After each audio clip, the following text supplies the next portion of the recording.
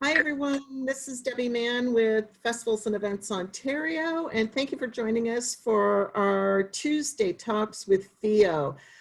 We have today with us Matt Sobhy and Josh Taylor from X Events, and they are going to be talking about how they've adapted to the COVID-19 world through virtual platforms.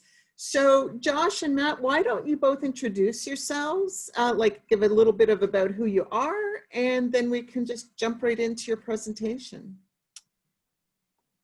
Awesome. Thanks, Debbie. I'm Matt Sobhy, and I'm the sales director at X Events. Josh Taylor, and current operations director at X Events. So Matt and I have been running X Events for about 7 years now. Trying to adapt to the crazy times right now, and we're always a company that's constantly evolving.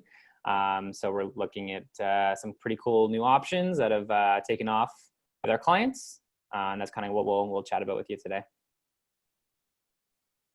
Wonderful. Well, thanks. So why don't you tell us a little bit? How did you as a company that provides products and services to the industry, how did you adapt to this whole new world that we're in right now?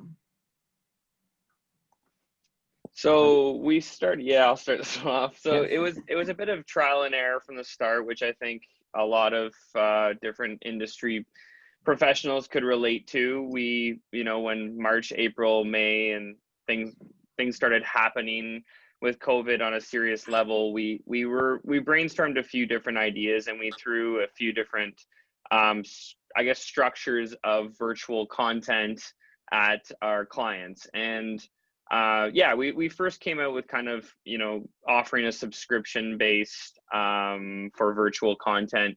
That didn't really fly because everyone was still kind of not sure where to go with things.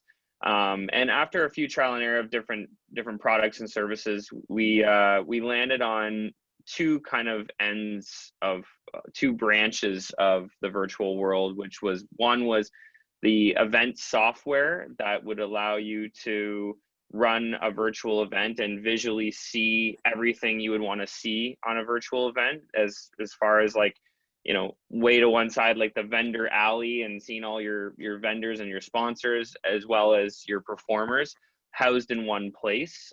We found that was a big need for clients wanting to do virtual, and that it was a hole to fill. So we designed a really simple piece of software that was able to offer that, as well as the content to fill your event. So, bringing performers into a sound stage we created in our warehouse, having an experienced company with a ton of. Hi, how are you? Okay. Let me just mute my my call here. It's just a little web. Well, thank you for calling me back. How are you today?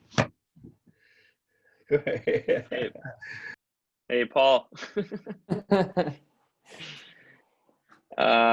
So anyways, we built a sound stage, and it helps that we have all these products in our warehouse. So we were able to build a nice decorative stage that we can adapt to each type of festival. And then we were able to bring in performers and do either live stream or pre-recorded content, which I think maybe many of the people on this call would know that there's pros and cons to each. Everyone likes to see things live, but there's the technical setbacks that you can have with doing live. They're numerous. I don't need to go through them all, but pre-recorded is definitely a really great way to get better quality and control your environment.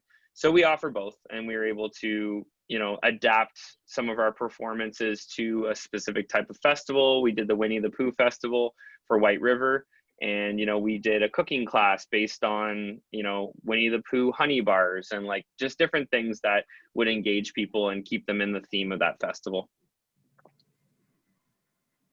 So that's kind of the two branches. Yeah. Okay, great. So you did Canada Day. Yeah. And so why don't you talk about how you managed Canada Day for different clients out across Ontario? I think you did it, right? Yeah, for sure. So Josh, do you want to take this one? Yeah, sure. So for Canada Day, again, a lot of people came to us because they had worked with us in the past. They're used to us being at their Canada Day events, providing some cool experiences or installations. However, forced to switch to a virtual, kind of reached out to us and asked, "Hey, can you help us in any way?"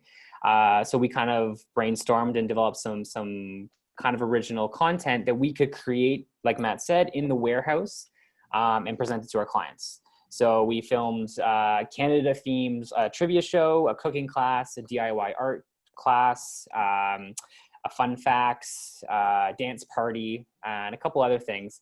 And we created a fully packaged video. So if people wanted, say, an hour and a half to 2 hours of content, we can create a full video. If they wanted just 20-minute segments, that's something we could do as well too. Again, that people, and we kind of gave them the ability to post it on their the personal websites wherever they wanted to, and just draw some of their people that would be attending their Canada Day event in person to a virtual platform where they can kind of engage and watch some fun original content at their leisure. So really good response from that. I think everyone was enjoying having something to do on Canada Day. And it was nice that a lot of the cities kind of put it up on the website and just give it full access throughout the entire day. So you wanted to go on and watch some cool stuff at 1 in the afternoon, you could do that. Or if you wanted to watch it around dinner time with the family, that's something you could do as well too. So. And it was the information available throughout the day as well? Like, I mean, the information that you had already created, was that accessible to, or was it timed based on, it was scheduled like for 1 o'clock, and once 1 o'clock to 2 was done? Yeah, so we could easily do either. I think different municipalities did different things. Most of them kind of went with the idea of here's the content, enjoy it whenever you want. But that is a feature that we can do as well, is kind of create what we call simulated live. So we can put stuff via our platform. So it's like you have to tune in at 1 o'clock to catch this really cool act, and it's only available then. And we just have it pre-scheduled throughout the day. So that's definitely an option we can entertain. And how did you manage stuff like interactive? Did you do interactive things like with to keep kids entertained? Yeah, we kind of, we encouraged interactiveness. It's a little bit more difficult when it is pre-recorded, but we did things like the dance party, where it's like we have a highly energetic host entertaining the crowd, saying, here, follow along, do these dance steps. Here, we'll teach you how to do these TikTok style dances. And just allowing people to be like, okay, do you need to pause the video and go back and watch it again? And then just kind of engaging that way. So it's like you feel like you're almost in a live environment, even though it is pre-recorded. Logistics. Why don't we talk logistics? How did you do this? The installation, the software, the virtual content. So would love to hear more about that. Go ahead, man. Yeah, so logistics, yeah, that's the fun one, right? Yeah, exactly. So for virtual content, that was a lot of different skilled brains that we've done a bunch of different things in our history. I'm actually in a studio right now, so I'm familiar with audio and video, and but the live streaming was a learning curve. So understanding the software OBS to manage your different camera angles was a learning curve, something we had to figure out and understand properly, and then understand the inner workings of Zoom, Google Hangouts, Microsoft Teams. They're all slightly different, but if you know one, you can get them all. And so yeah, we had to apply our knowledge of managing our performers with the audio video, interlink between that and the guest, and then the guest hosting software. So understanding that whole thing was our big logistical, I guess, big mountain that we had to jump over. But we did a lot of trial runs and made sure that, we went live with some of just our friends and just made sure that we had it all airtight before, we sold it to any client. So that was for the virtual content. And then for installations, it's pretty much the same as kind of what we've done in the past, which is just ensuring that, our products can withstand weather, and touch points is a big concern these days. So products that have a lot of touch points are really discouraged with the whole COVID regulations and world. So what we've been trying to do is just provide, mainly it's like the walkway environment or something people can stand beside that doesn't require them sitting on something or having to constantly touch and interact with something. That's been our big kind of push for the installation side logistically. Josh, I'll let you handle the software. Yeah, the software was definitely a bit of a challenge as well too, especially when you're competing with so many different companies doing something similar. So it's how do we stand out and how do we make it more appealing to our client base? But at the end of the day, I mean, our company, we're always trying to evolve and we're always trying to cater directly to the market that we're entertaining. So finding ways to work with our current clients and what are their current needs and what are they looking for in a safe event space. So installations with no contact points, or how do they need to run their event virtually, and how can we kind of help them do that? So we're always thinking of the client's needs more so than anything, and then we're just learning as we go and adapting as we go and making it work at the end of the day. So is this software that you've designed yourself? Yes. So we built this out of an app, and we kind of programmed the whole back end, and have one guy on our team that's kind of the more tech-minded person that kind of took the lead on this. And then we just kind of came to them with, okay, here's what the clients are looking for. Here's what the response is from our the people out there that like are wanting to attend conferences or trade shows or fairs or anything like that. And here's what they're looking for, and how can we kind of make that work for them? Okay. And do you have any, can you show us anything? I don't know. That's a bit of a you do have something you can show us? Yep, I can definitely, I can do a quick little show of the platform right here. Hold on a sec.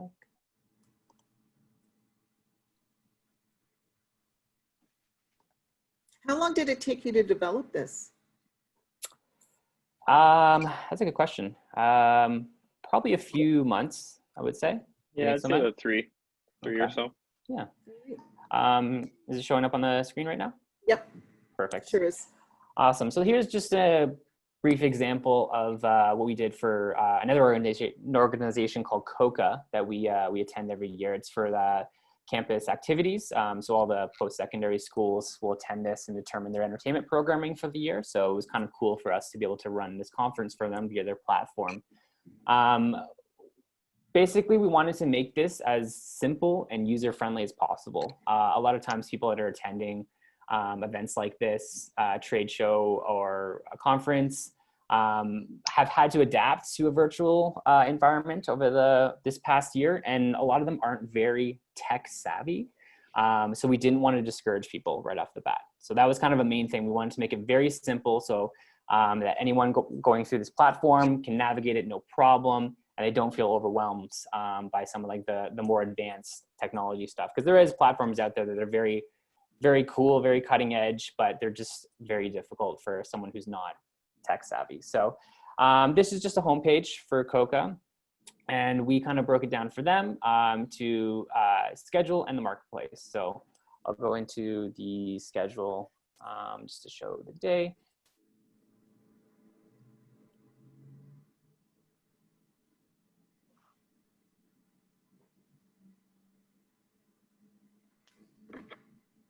Does it take long to learn how to use this and program it as the user, as the end user? So that's the other thing. That's a good point, actually. We really wanted to ensure that we could provide the education for the user to use on the back end too. So if you're running an event or a conference of any sort, you want to be able to control what's happening. So you don't want to have to go through the entire through someone like us every single time you want to make a change to your event. You should have full control over your event because it is your event at the end of the day, right? So what we did is we developed the back end to make it just as user-friendly, and we will provide the education for anything that you need to do for your event. So you're like, okay, I want to schedule it this way. I need to put this through. And we provide you with a list of tutorials as well as a customer service rep to walk you through any sort of education to make you completely comfortable with your event. Okay. So here, for example, is the schedule for the week of COCA. So it's broken down very straightforward with different ed sessions. And the simple thing is it's scheduled out by the day. you click on one of these and it goes directly to the Zoom link to provide your interaction. So Zoom is part of the platform. It links into a Zoom platform. exactly. And so do you need to have a Zoom account to be able to use this, or is that included in this? Not necessarily. We can host any sort of content through our Zoom platform as well. Okay. But there are other options. So if you say you want to use Google Meet as opposed to Zoom, that is an option as well. But we kind of encourage people that if they want the most engagement from any sort of event, that they're going to want to have some sort of platform like Zoom or Google Chat. So just to ask questions, because I've been on a conference recently, you don't have to, when you click on that to go into Zoom, does it take away your this information here? Or will it open up another window and you just come back to this to go to another room? Yeah, so for that one there, it opens up a brand new window. So they basically have your reference point still in your next tab, easy to go there. And then I'll show, this is the other thing, this is the marketplace. So set up like a normal trade show, designed it so it feels like you're walking through through a trade show floor. And you can go into individual people's booths, learn about who they are. And then again, each booth would have a direct Zoom link as well. So if you wanted to engage with someone directly in your booth, that option is there as well. Okay. So I'll just open. No, just to really quickly touch on Deb's comment, because it was a great question. You can actually embed the certain platforms within this structure that you're looking at right now. So where you see that flyer, that can actually be an embedded link to, say, Twitch, because Twitch allows that to be embedded, YouTube Live as well. Where there's an engagement like Zoom, which is what Josh was mentioning, that's where you have to click out of the platform because it requires its own software and an own app to run. Where it doesn't, and you can embed it, then it can actually be direct in. So if you don't need the guest to be involved or have their face shown or anything like that, you could essentially have an ed session where it's a Twitch link and it embeds right in and you keep people right on the platform. Yep. Okay, so just before you can, what's a Twitch link? Oh, sorry, Twitch. You know what's funny, Deb, is someone laughed at me because I didn't know what Twitch was up until March or April, because I'm not. It's more of a gaming world thing, but actually because of the whole online and virtual world now that's kind of taken over because of COVID, Twitch has become very popular outside of the gaming world. And so what Twitch is, Deb, is it's just literally a live streaming platform where someone can just click and go live straight from their phone or their laptop, and it allows users to kind of come on and watch whatever they're presenting. So I play Rock and Roll Bingo in London every once in a while. That turned to virtual. I just log on to Twitch and watch Brandon Eady from London, host Rock and Roll Bingo. Okay. So Twitch is like YouTube Live, same thing. Exactly.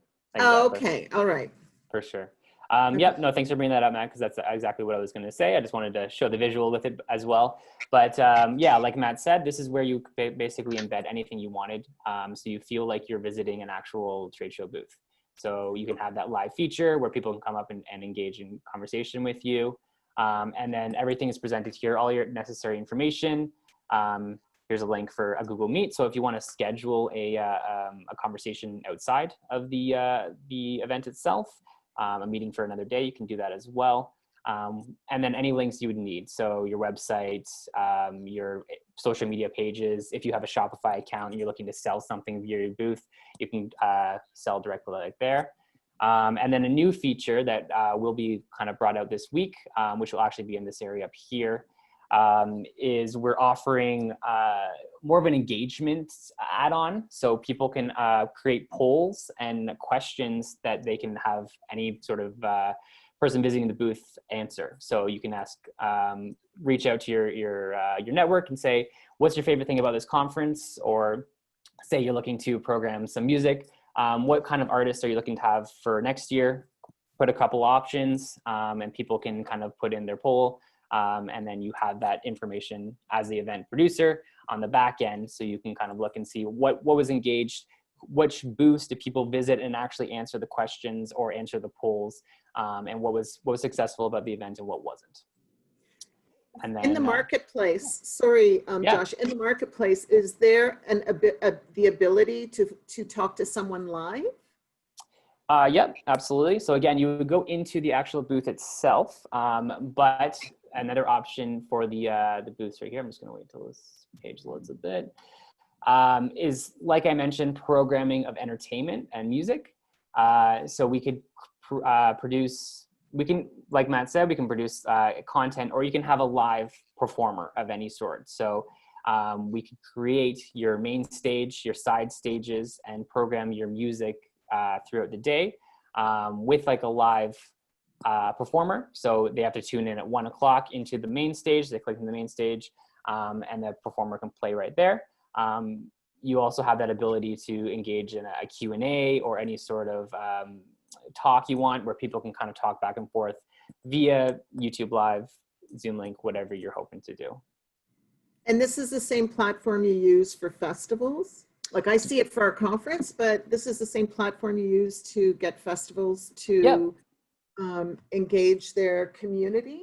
Exactly. And their suppliers and their artists. Exactly. So think of the marketplace as your vendor fair or vendor area at your festival, but also access to the different stages. So if you wanted to basically look at it as a map for your festival, people can click around, engage with different things. They can reference the schedule and know when live things are happening or pre-recorded things are happening, or when the booth just has someone attended at it. So if you wanted to have a meeting here with We Got Game, maybe you look at the schedule and see, okay, they're at their booth between 1 and 4.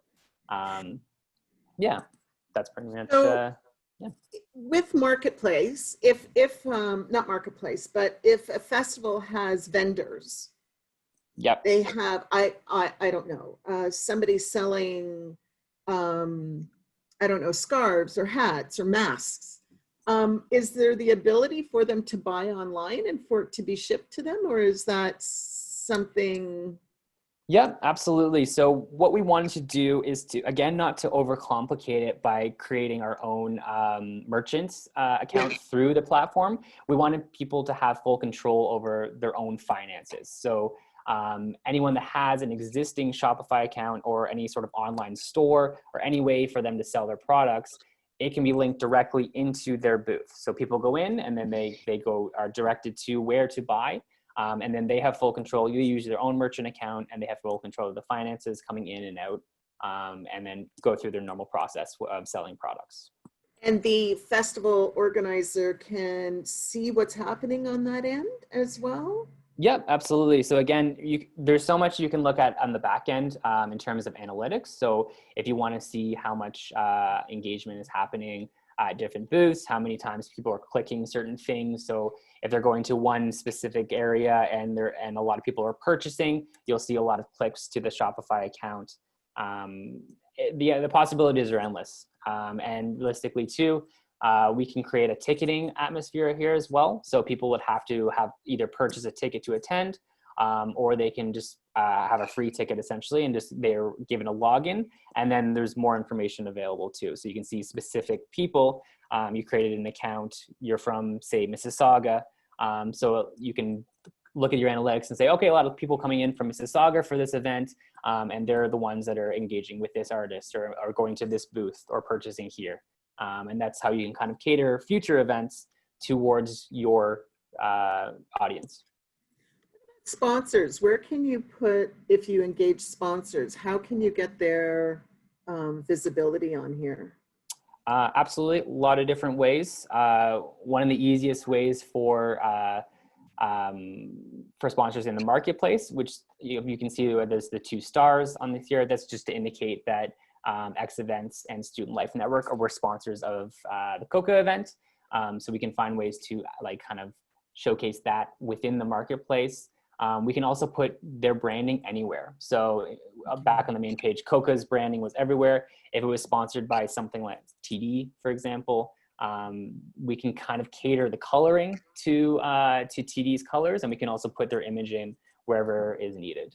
Also in each individual booth, say you had like a premium sponsor, wanted every sort of booth to be presented by someone, that's an option too. And we have their branding and their logo in each booth, as well as the links to any sort of media or social media that they're hoping to advertise.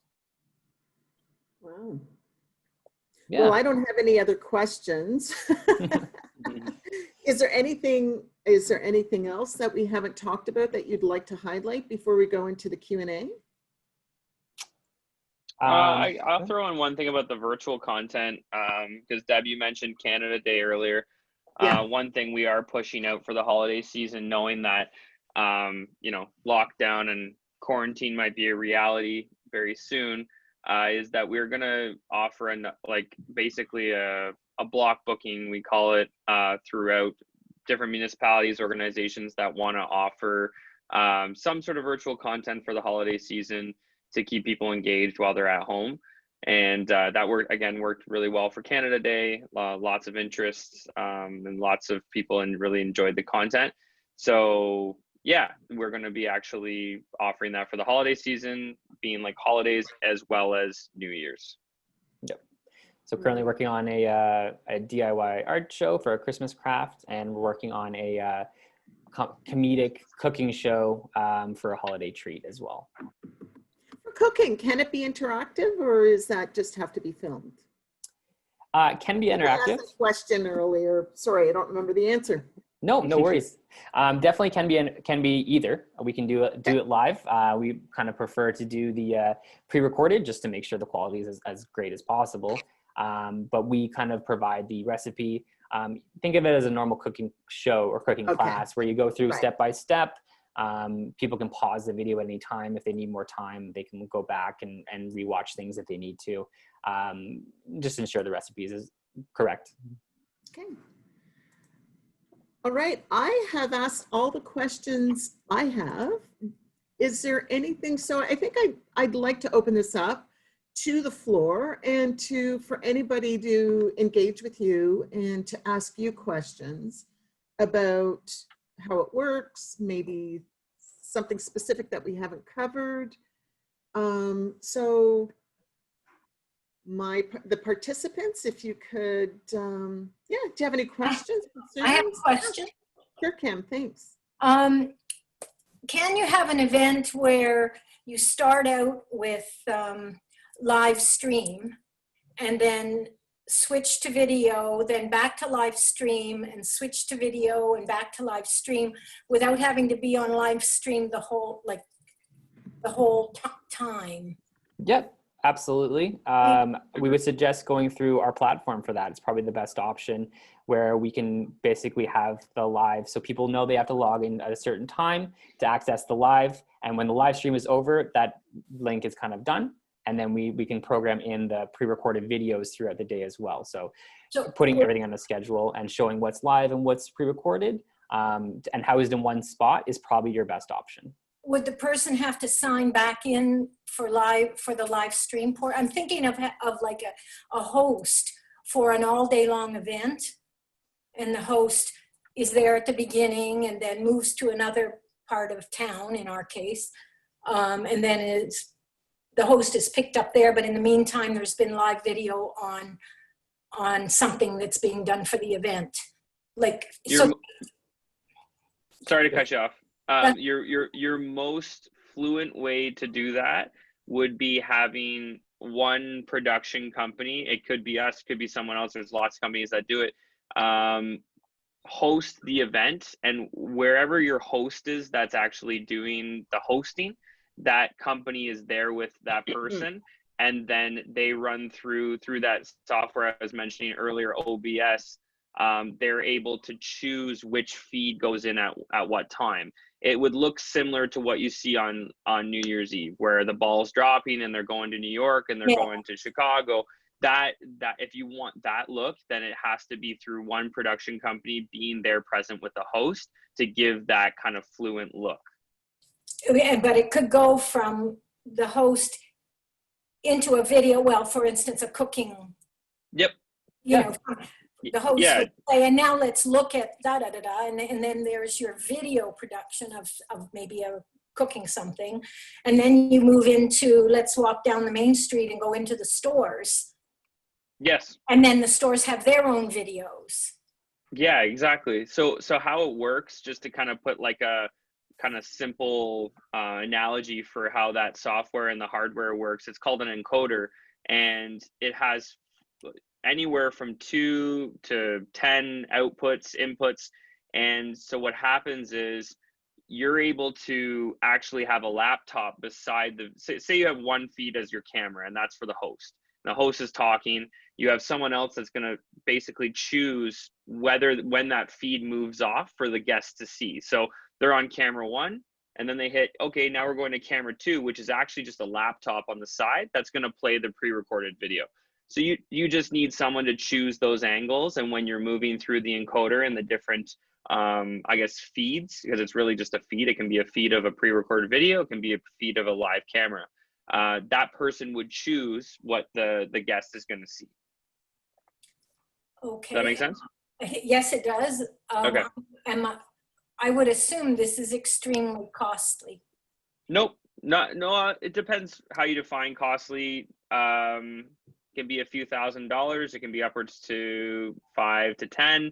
It depends how far you want to take it, right? Like we've done live feeds for, like we did one the other day for a chef that was doing something for financial institution. So they did an hour and a half long thing, and it was, $1,000, $1,500 just to make it happen. But when you get into multiple locations, you need a wireless camera to head down the street, and then you need some really nice lighting because it's a dark room. That's where the cost can add up really quick. Some people even want to go, like, they want a mechanical crane to come sweep in.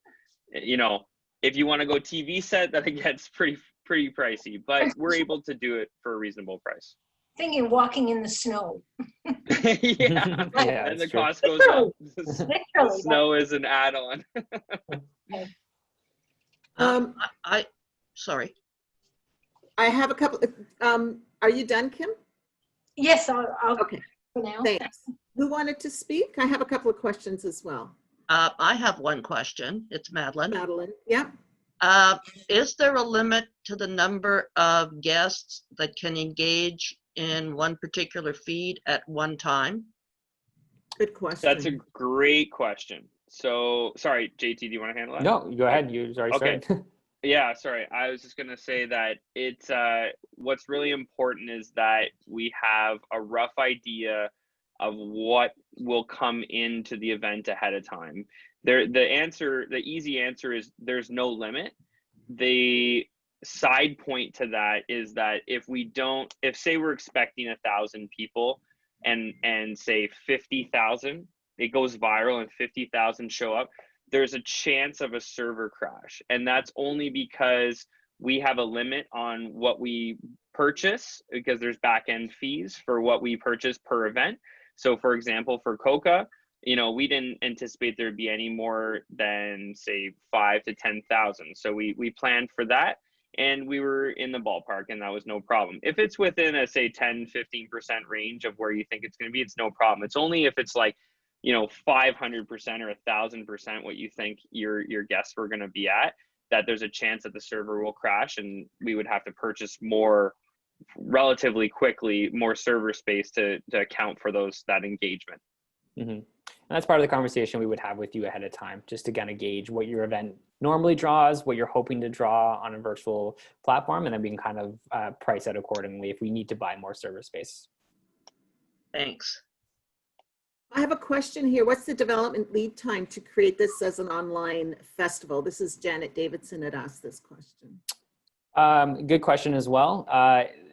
It's a little difficult. It kind of depends on the extent of what you're looking to do. So how many vendor booths you're looking to have, how much entertainment, are you looking to do a lot of different live, a lot of different pre-recorded, and what sort of involvement you need from us. Again, we try to give you as much education as possible so you're able to put that information in. But if you need a bunch of extra assistance, and there's a lot of time and effort on our end, it might take a little bit longer.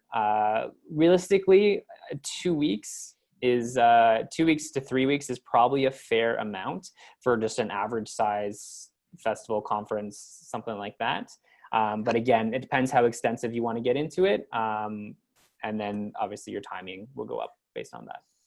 How long did it take you to do the Capicoa, the one you were? Coca? Coca, yeah. What was that, Matt? It was 2 weeks? Yeah, so it was about, it was actually only about a week and a half turnaround from the time we got the content. We had to move quick and we were able to do it. The biggest pain point of time with setting up the software is just the prep of content. And what, like JT said, we go ahead of time and we have the sit down and say, here's what we need, you know, by this date. But there's always little, you know, kinks and stuff that we have to work through. But as long as the content's delivered how we want it, by, you know, say 2 weeks out, then there's no problem. So how much time do you need before programming? Before like the consultation? Launch. Yeah. Oh, the launch can happen within, you know, 24 hours, 48 hours of it being ready to go, just depending on like what day of the week we're landing on and what else is going on. But it's right. a quick. How much lead time do you need from the time of contract to that? How much is it? 2 to 3 weeks? As long as I think it's providing the information. Yeah, like I would say a month is a great period of time because that gives us 2 weeks to help you get the content prepped. Then we receive the final content in the last 2 week period. That is the safe answer. If say someone on this call is like, I have an event in 2 weeks, we would like work with you in the first day to say, we need this content by tomorrow, and then we could push it out. Yeah. Okay. So it's all about getting that content delivered. Okay. Dave, you had a question?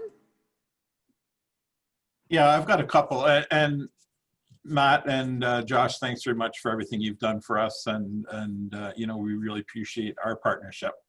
One question I have, and maybe it's more of a comment than it is a question. I come from a television background myself. And the one thing that I've been sort of trying to lead everybody as they're thinking of this digital transformation, and what I'm hearing a lot of people trying to do is they're trying to fit their live event as they have always done it into that digital box, instead of thinking outside of that box and how can we draw different elements in there because we are doing different things now. And that's where I would throw it over to you guys to encourage, and how do you get around that mindset of, well, we've done it this way for 25 years, how come it won't work digitally? Mm-hmm.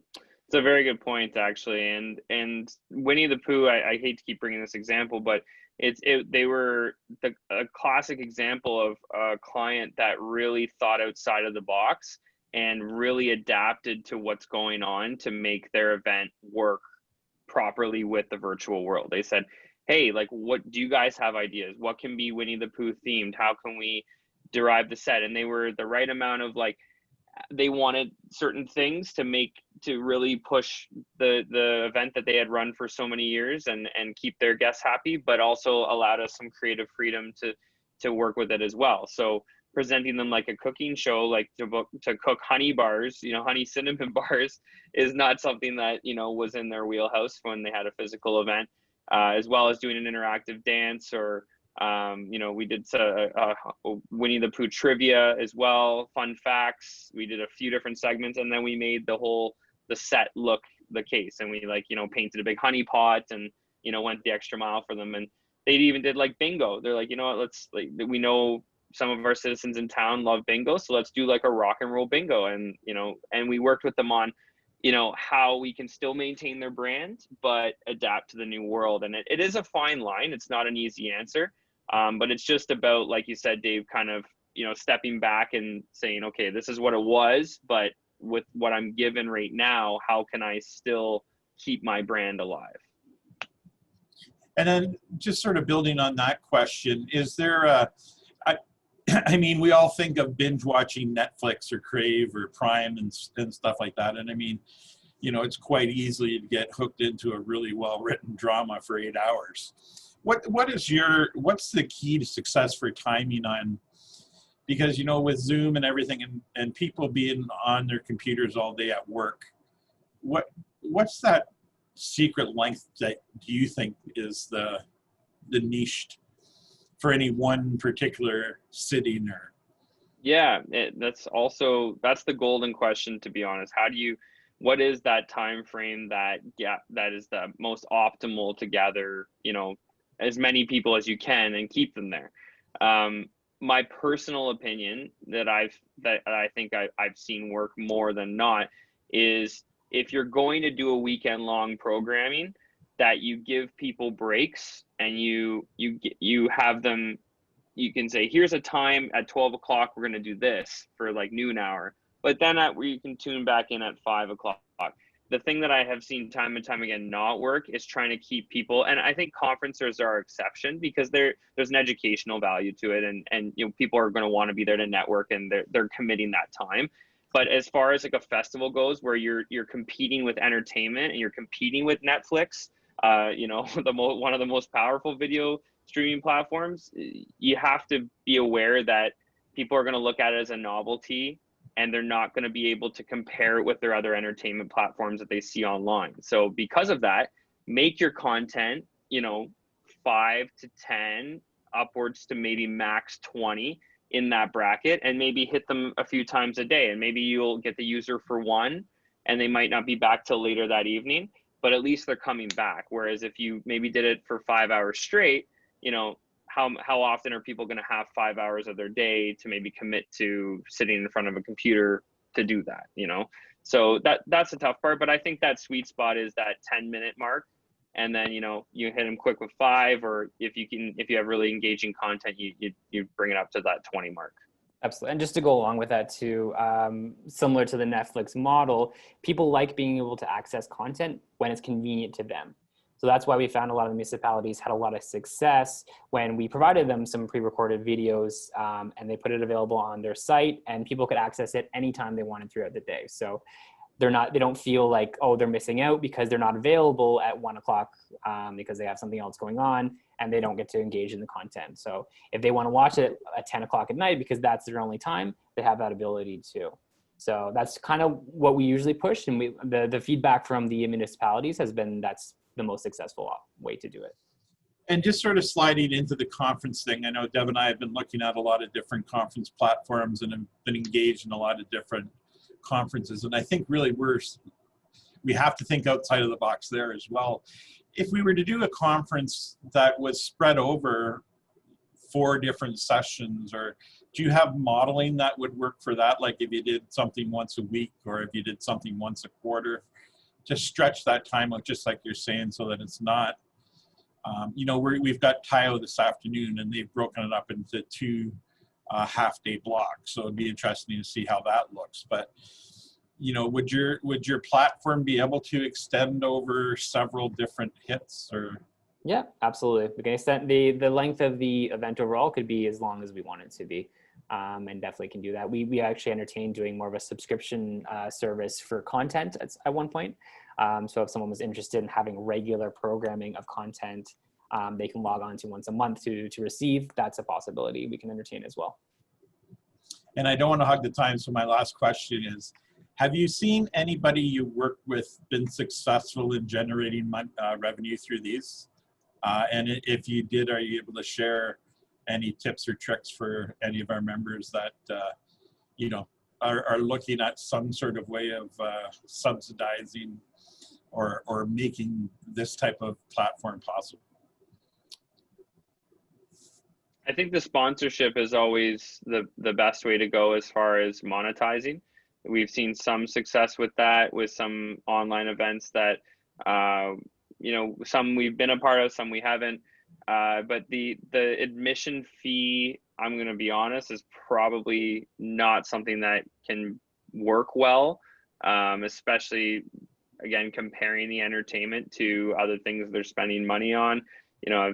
Clients have talked about, well, $20, $30 admission.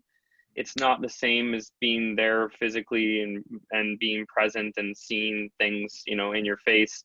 That experience online it's not parallel to that. So when you're comparing, $10 a month for Netflix, it's an easy answer for users. So I think the way to go about it is really pushing hard on sponsors and designing a nice marketing plan to really get people there so that your sponsors are happy that there's usership, but then, you know, proving that that's there and then bringing the sponsorship money in. I think Absolutely. that's probably the best way to monetize. So for example, the Winnie the Pooh Fest, going back to that again, each segment was sponsored by a different company. So when we're creating our original content, we can say cooking class sponsored by TD or whatever the sponsor needs to be.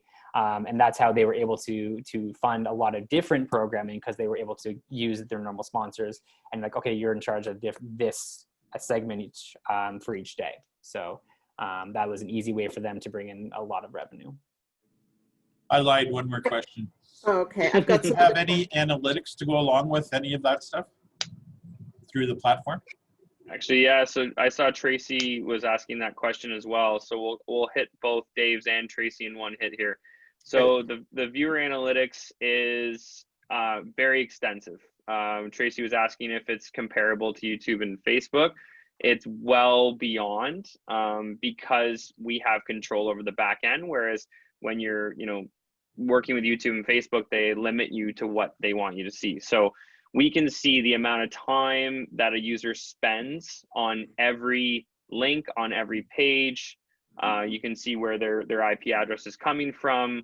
Yeah, how often they click, how often they stay on, how often they watch a video. Pretty much their entire moment on that software, like what even watching Josh go through it, you'd be able to see all of that time he was on each page. And that really helps for sponsors, because some sponsors always want to see, you know, their direct engagement and their impressions. So when you can provide them with a report and say, hey, we had, you know, 5,000 people click on this link, and you know 18 hours of average of maybe an average of 30 minutes of time per user on your video, and like you can show those analytics really easily. So yeah, well beyond pretty much anything you would want to see, you can see. That's great. Thanks, Matt. Another question from Jennifer is, do you create, as part of the event package or as an add-on, cost social media content to advertise the event, or what other services can you offer to help promote the event? Yeah, that's a great question. We don't typically offer anything on an advertisement front, just because we want to keep at what we do well with, which is providing the platform, providing the content. What we can do, and we've done in the past, is sometimes our clients would want a teaser video. They would want something to put out ahead of time to promote, graphic design, flyer work with the branding that kind of works. Any of that stuff we can do, no problem. And we just either work that into a cost, or if they go with a certain package, it will be included. But as far as actually ad spend and putting advertisement dollars and taking a budget and moving that's not in our wheelhouses of services. Okay, thanks. And Jacqueline asked, what are the levels of sponsorship for the segments? I guess so you can, sorry. No, I was going to say, it's kind of whatever you would like it to be, really. You can kind of determine what you think the value is to a sponsor. As the event producer, you can reach out and say, we're looking for this amount of money for this amount of time. Yeah, the options are kind of up to you on that front. We can help you design those. What we would do for you is say, here's where all your sponsor placements can be. So Josh showed a few of them. You could have a main page sponsor. You could have a title sponsor at the top. I don't know if anyone noticed, but there was an X Events logo right beside where the Coca logo was. So that's almost a title sponsor. You can have, them appear on the video. So hypothetically, you click on a vendor link and you could have the sponsor appear on the very beginning of the video before the video plays. You can have a sidebar chat. There's like a little widget that you can add in, like a survey. If, say, one of the sponsors wants to be able to survey the client before they watch the video, or sorry, not the client, the guest before they watch the video. There's a lot of possibilities. So we wouldn't just say, hey, go at it. We would say, here's all the different placements. You can design, your platinum, gold, silver, whatever works for your model, and we would help put those in and piece them in for you. Thanks. Anybody else? No? Oh, Kyle. Hi, Kyle. I can't hear you, Kyle.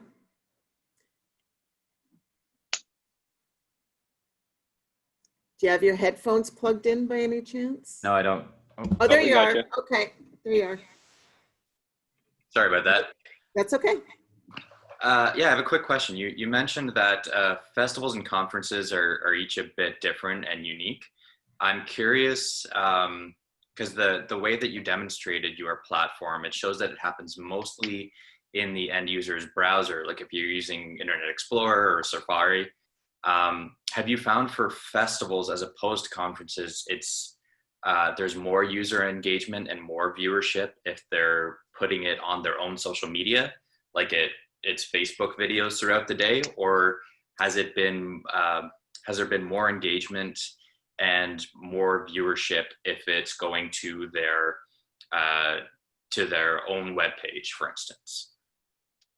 Yeah, it's a really good question. What we've found is that social media, because the users are there and the followers are there, you'll always get a really great amount of engagement. But the problem is the drop off when you bring them from point A to point B, because sometimes you can't always host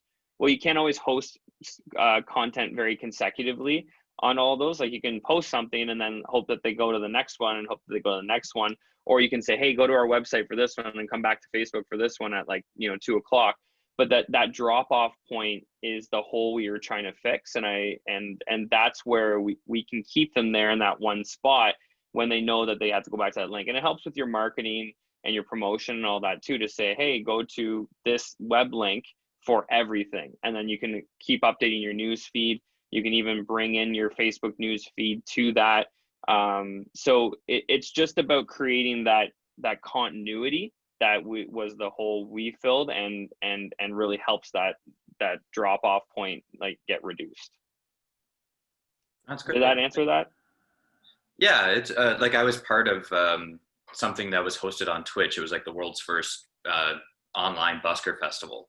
So it was a 24-hour Twitch event.